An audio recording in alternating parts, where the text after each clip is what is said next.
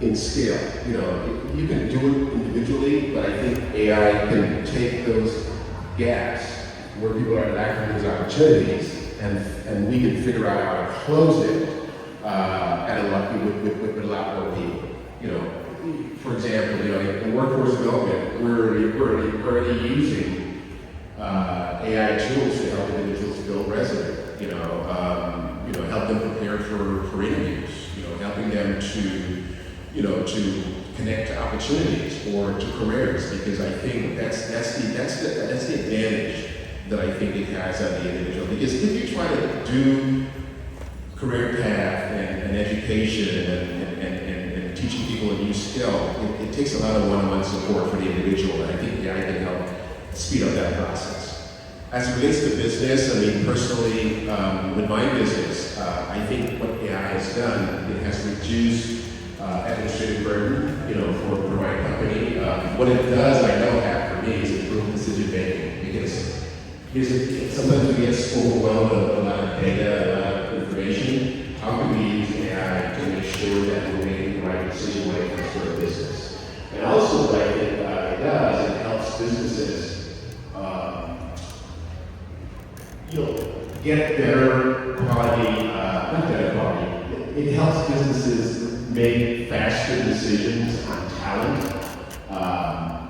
not only from skills and potential, but potential, because everybody has potential, but I think AI can help businesses, focus on their possibilities more so than their potential, and I think that's one big thing. And then the last piece, for community, I think community is as an important part. What I think AI can do for community is probably close the gap. It can make access to information, to training, to maybe workforce development pathways, to help information. I think AI can help speed up that process for communities. I think that's a big part of where I see AI can have an impact on. I'm sorry that I love talking about this stuff, so I'll try to agree, but thank you for that. Thank you so much, David. And you really touched on a second question that I had for you when you talked about young people. And I just want to ask you, in your opinion, what kind of mindset with the AI should young professionals develop to remain competitive? So in terms of, I understand there's information out there, but what kind of mindset shift are we looking at to make sure that they remain at the top of their game?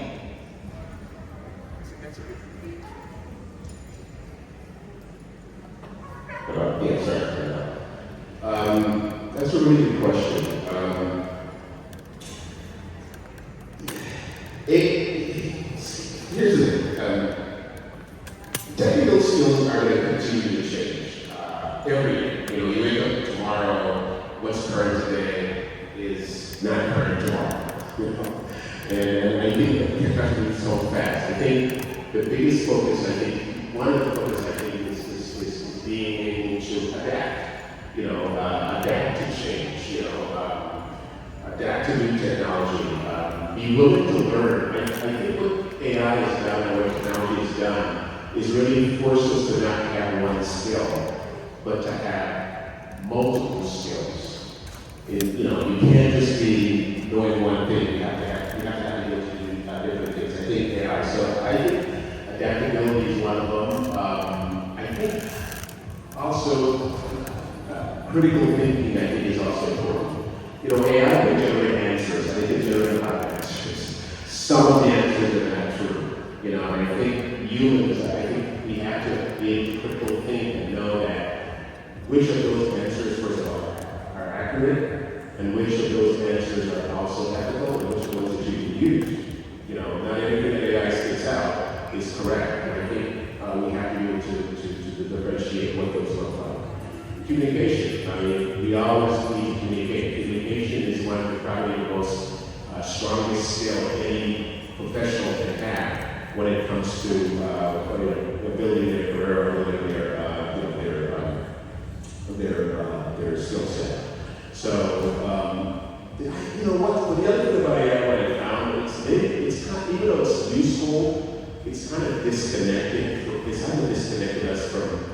interpersonal relationships. I think we have to look at emotional intelligence. AI cannot automate you building trust or building relationships or having those interpersonal relationships. AI cannot do that. So if they can focus on those sort of things, I think it becomes easier to really have a mindset that's in this world that's digitally powered. That's great. Thank you so much. Shifting over to our mental.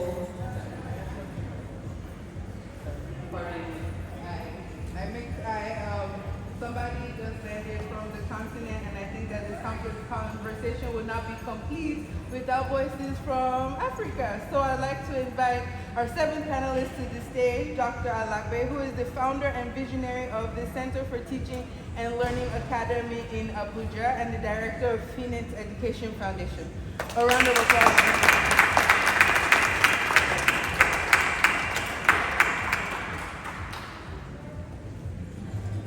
Welcome, welcome.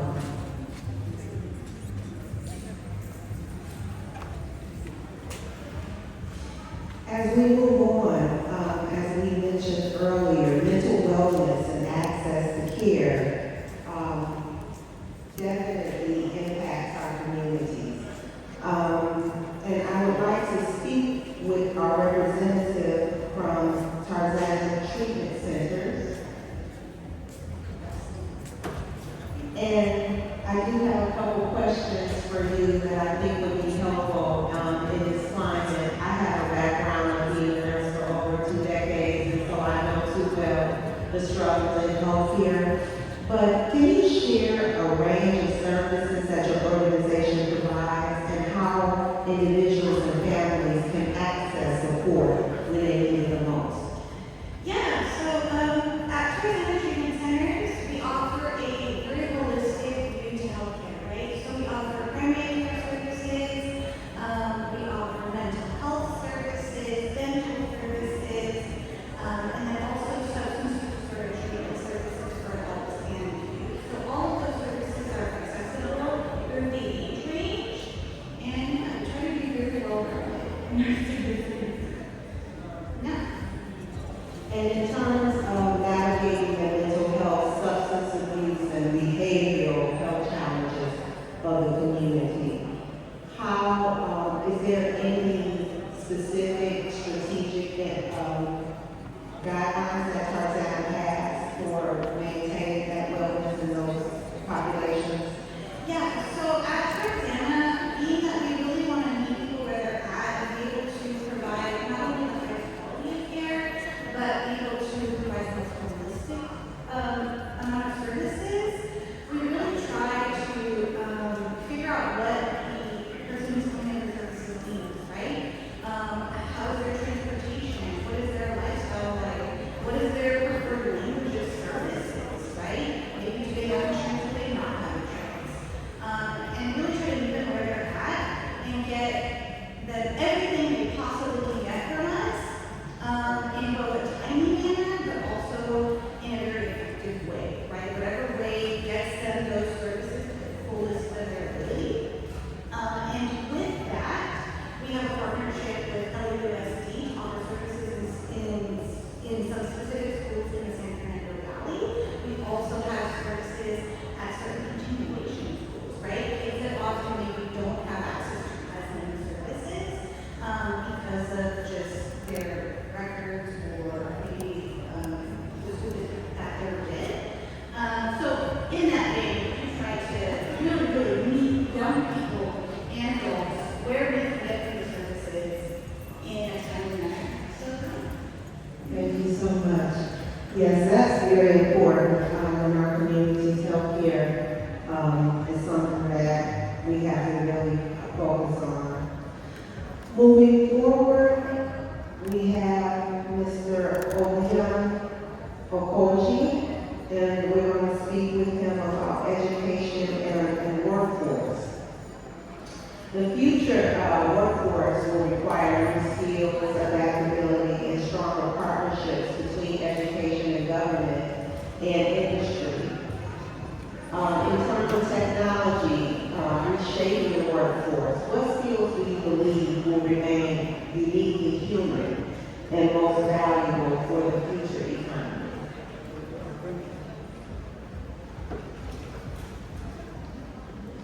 And thank you for the opinion. That question assumes that for us to move into the environment, we have to stop being human beings. And I appreciate the way that you explain it, because no matter how technology has evolved in human history, and way back in the 500 years with the invention of the printing press, which revolutionized the ability to acquire books more cheaply, which essentially brought about the Protestant Revolution, through the Industrial Revolution, even to the more recent times when the telephone became a big deal in Africa. What we saw happening was that there was a fear that technology will take over our humanity. And history has taught us that there are some basic human skills that must remain. One of them, I think we mentioned that, critical thinking. That cannot be. AI can do whatever it needs to do, but we still need to be critical thinkers. The question now is, how are the African countries investing in education to meet these challenges? Unfortunately, this ties into the major pain of the African societies, which is corruption.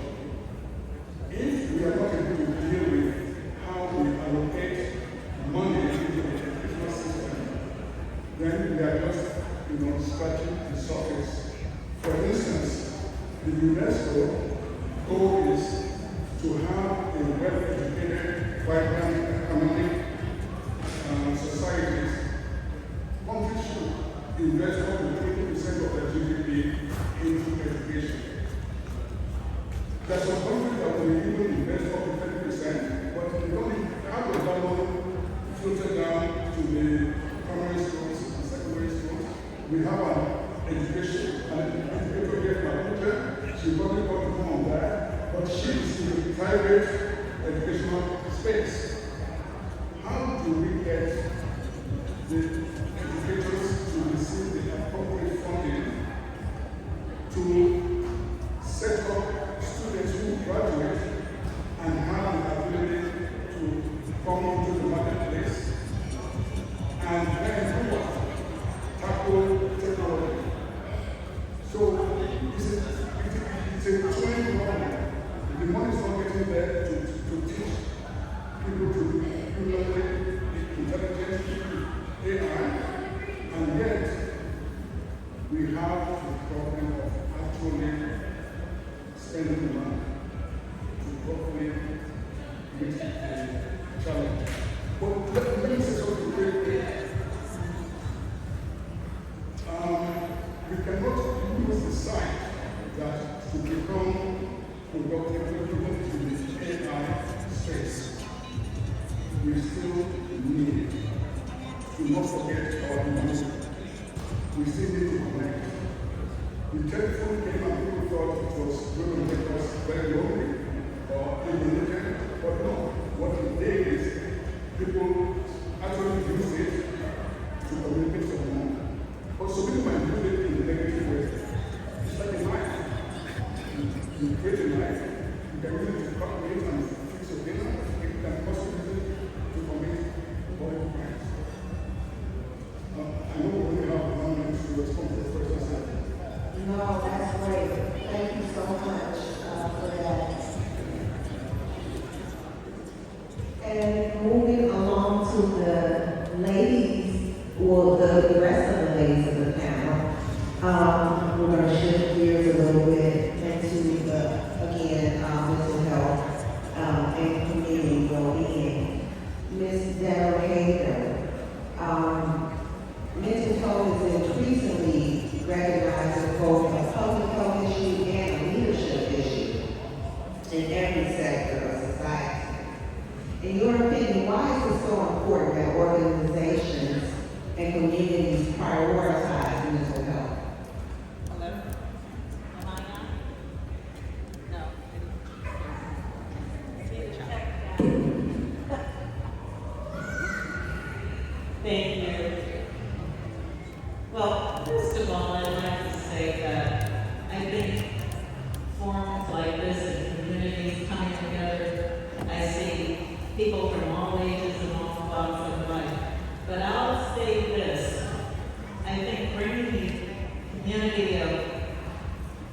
Destination Africa together as well to kind of let people know that mental health does not have a country.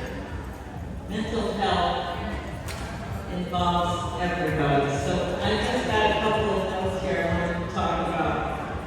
Mental health affects every aspect of our lives. When I worked at Paramount Studios, I saw highs of actors coming in and had great films. Once that film was out there and it had been on the screen, they had so much of a block of time that they didn't know how to process having free time.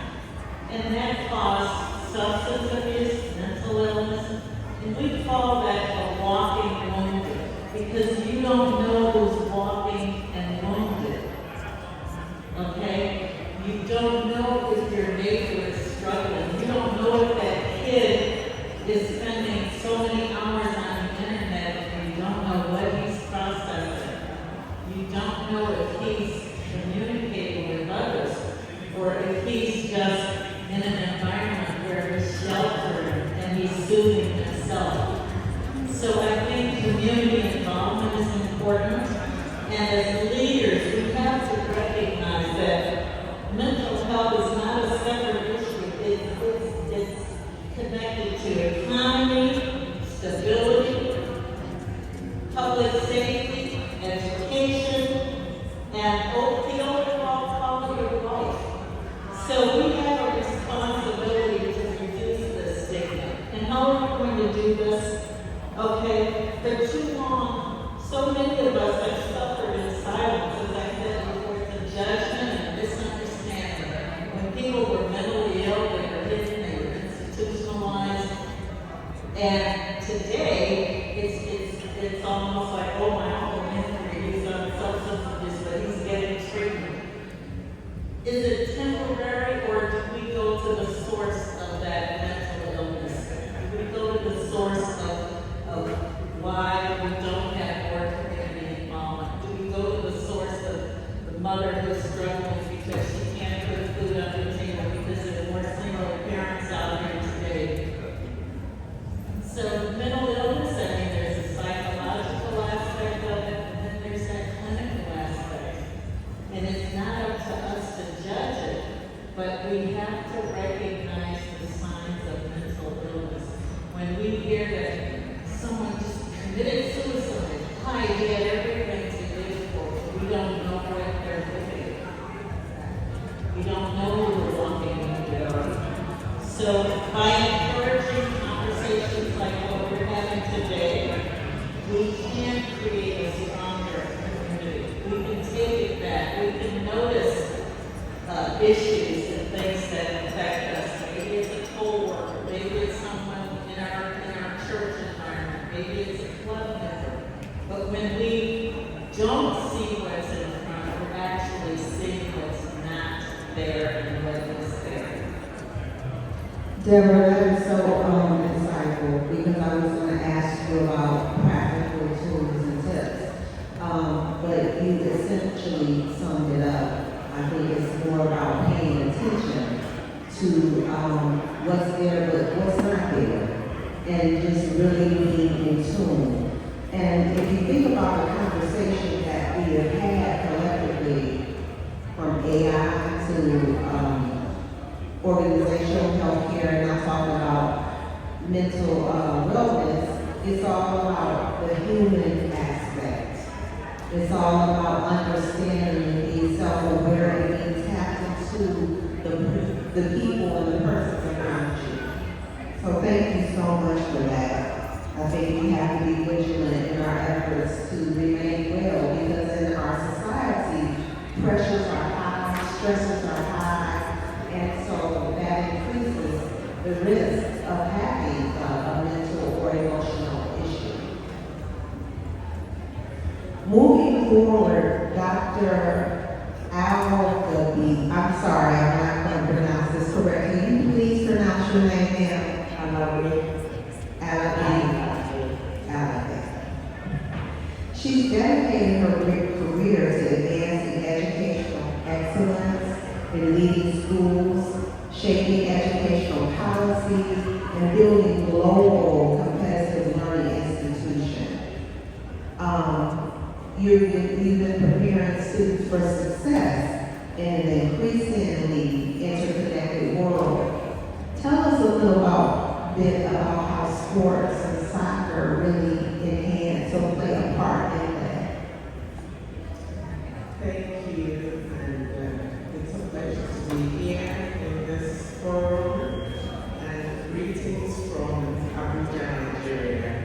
I actually used to live here in Los Angeles for many, many years before I moved back, and I think it was really exciting for me to hear the comments the mayor made at the Council General about the power of Africans in Africa and the African diaspora in lifting the continent up. So we run a school in Nigeria that's a pre-K to 12 U.S. curriculum-based school, and we offer a holistic by noticing what's missing in our teammates, in our classmates, in our community members, noticing when somebody is not there, and being there for one another. So there is that intersection of humanity, be it in sports or in education, that we harness to develop the whole being. Thank you for that. Staying somewhat in the same realm, but going a little bit deeper. Many people define success through achievement, yet true well-being often requires something deeper. And I'd like to talk to our set of panelists, Tanisha Allwood, about the achievement mental components that come as factors. And I want to say that her YouTube channel is excellent. The different issues that are highlighted there and give insight is amazing that you're talking to the younger generation. So with that question, what role does purpose play in maintaining mental and emotional health? Thank you so much. Hi everyone, my name is Tanisha Allwood, and it's a pleasure to be here. I'm super grateful. Before I answer the question, just by show of hands, how many of you have ever struggled through something in your life? Just by show of hands. Yes, you are my people. I asked that question because I believe, and I had the questions and the times so I wanted to prepare my answers. So bear with me. I believe that purpose gives meaning to our struggles and a direction to our lives.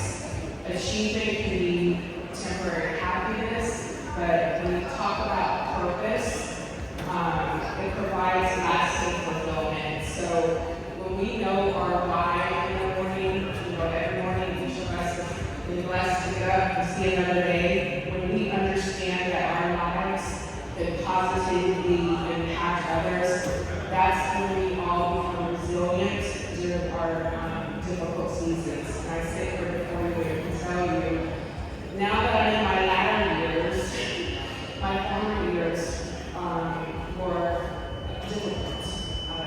You speak of my podcast, I share my story on there in great detail about some of the things I've gone through in my life. I've learned that purpose doesn't mean that I have all the answers.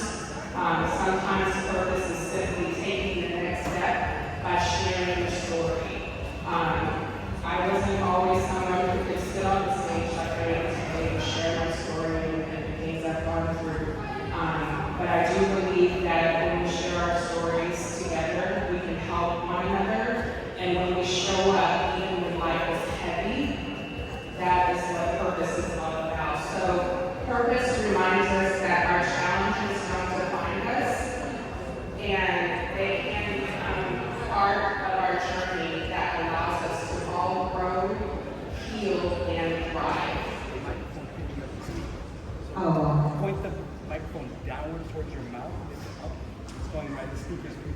What did you say?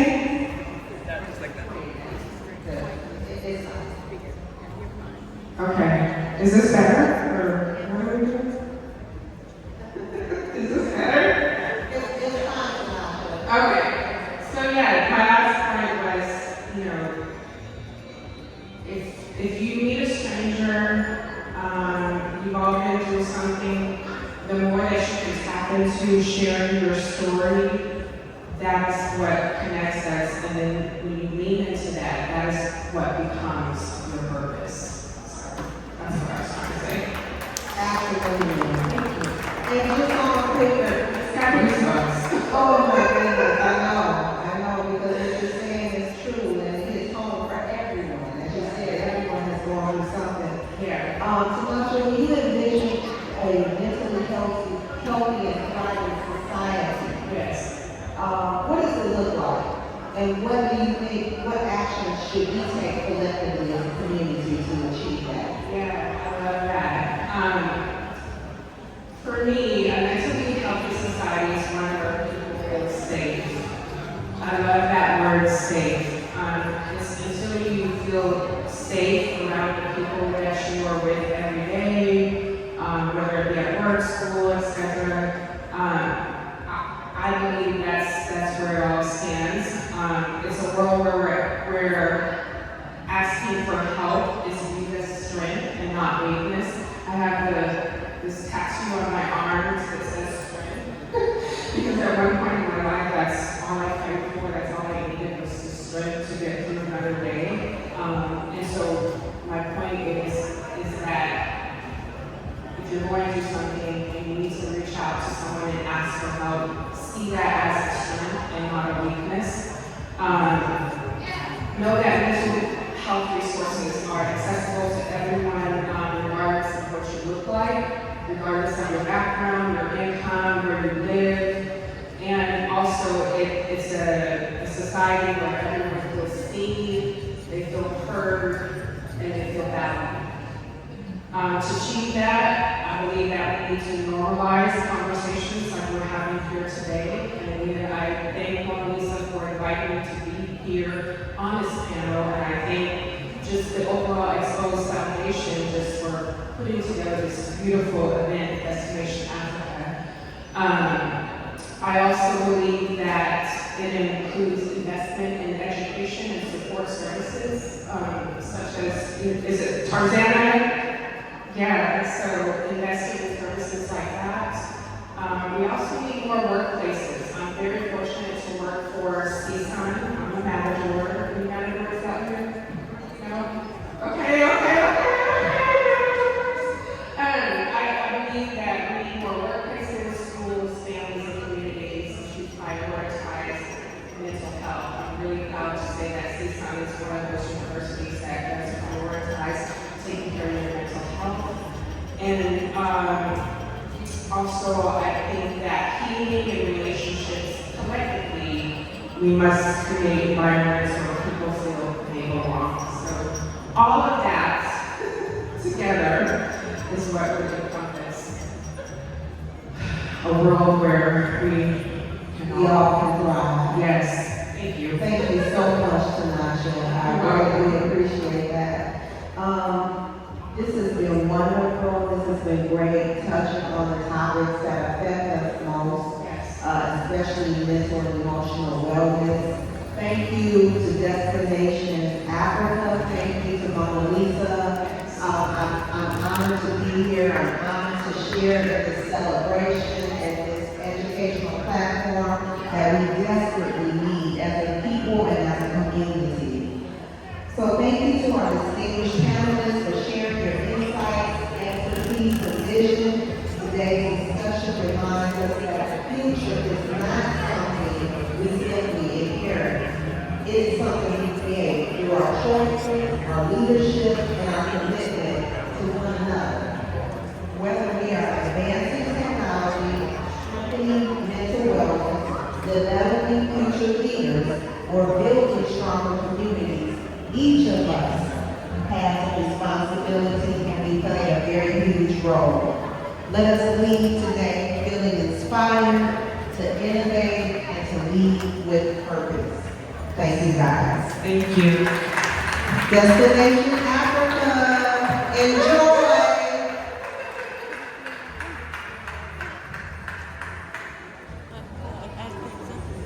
Another round of applause for the amazing panelists and our wonderful moderator. Thank you so much. Thank you so much. We have about 5 minutes. I can take 2 questions from the audience. If there's any questions. Yes, please come on. Yes?